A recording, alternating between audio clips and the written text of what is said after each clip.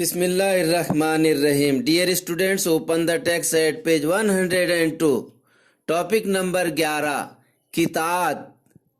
बुलंद और मुतरन्नुम आवाज में पढ़ो।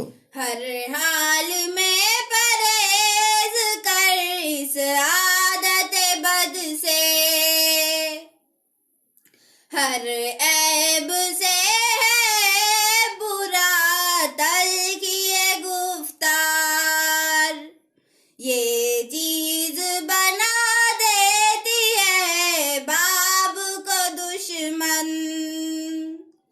हक में है मोहब्बत के ये चलती हुई तलवार, मुझे डरा नहीं सकती फिजा की तारीकी,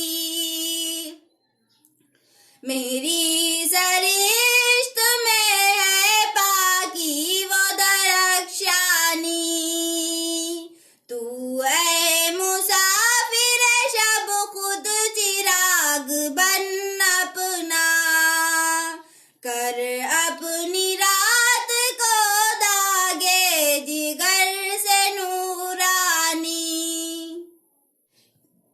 कितने ही बन के शहर के और गाँव के निशान, यूं मिट गए जमीन पे जो पाँव के निशान।